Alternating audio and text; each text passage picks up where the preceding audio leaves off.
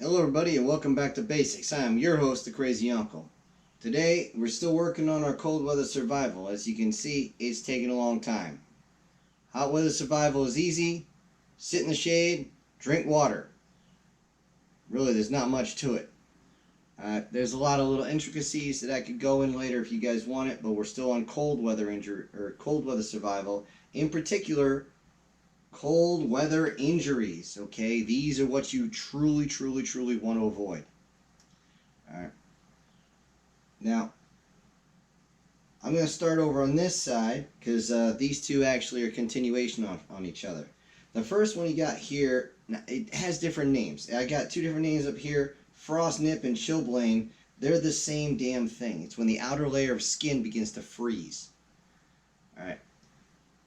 You don't want either of those, okay? It is extremely painful. It's going to take a couple of weeks before that actually heals over.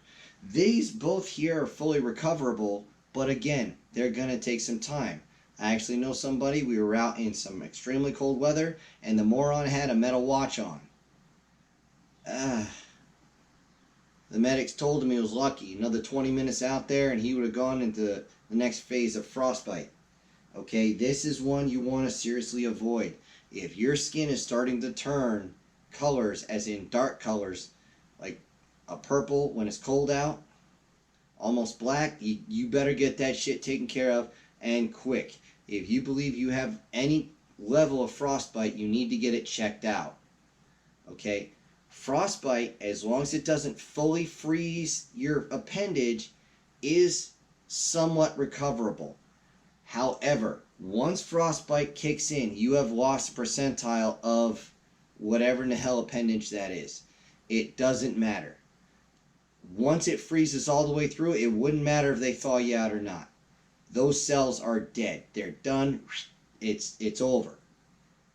Alright? It will not work. Okay? When the skin is black, you're done. Wow, that sounded wrong in this day and age. Whatever. Alright, the next one I'm going to cover is right over here, snow blindness. Now, I touched on this a little bit in some of my other videos. This is when you don't wear shades and you're outside and the sun is beating down not only on top of you, but it's reflecting up because 90-some-odd% of the sun's rays will reflect off the snow. This is quite literally sunburn of the eyes. If you get this bad enough, you cannot even open your eyes. I have been close to that, and I've known one other person, and we brought him to the emergency room, and they kind of laughed because they just gave him some drops to lubricate his eyes and said it's just got to wear off. Can that actually blind you permanently? I have not heard anything about blinding you permanently. If it gets that much, if you have snow blindness and you still push yourself out there, then yes, you have a good chance of it.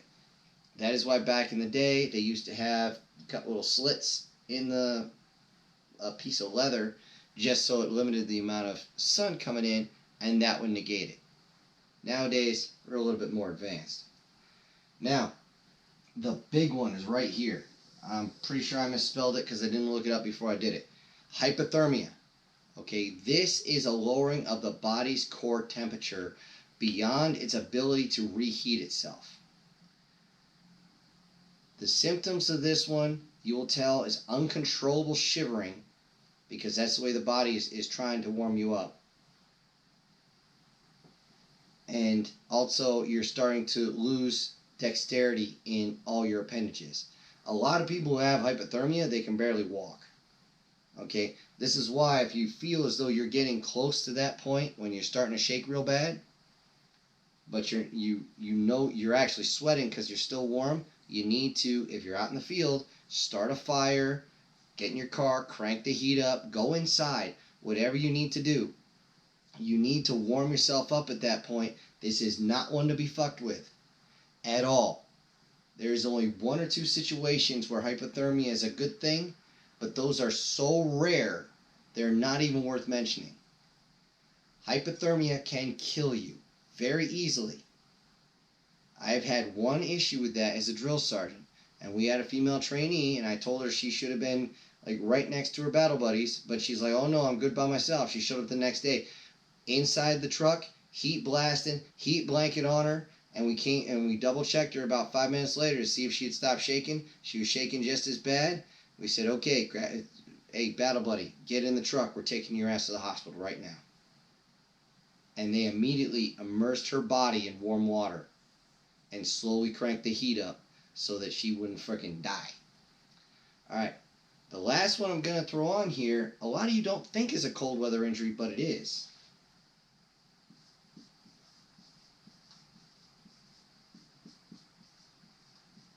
Trench foot. Now, you can get trench foot in the summer, yes. But trench foot is more likely to happen in cooler weather. Not always cold, but cooler weather. And what this does is trench foot is quite literally your skin rotting off your foot. If your feet are constantly immersed in water, especially stagnant, nasty water, it does not take long for the skin to get real soft. We've all done that. We've been in the tub too long. You feel your skin getting real soft. Well, times that by about 50 or 60. Not only does it get soft, it starts to get infected, and then it starts to grow some nasty stuff on it, some nasty fungus, and bacteria. It's disgusting, and it stinks. It stinks real bad. I've known one person who had trench foot real bad. We were actually out in the field. He took his boots off. I'm probably 20 feet away, and it was still pungent enough that I was like, whoa, that's nasty. All right. So you got to take care of your feet.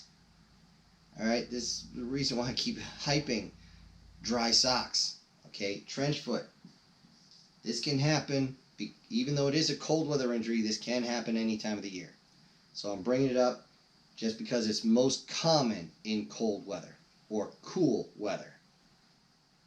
That's why it happened over in Europe during World War I, especially in the springtime and the fall when the weather was cool.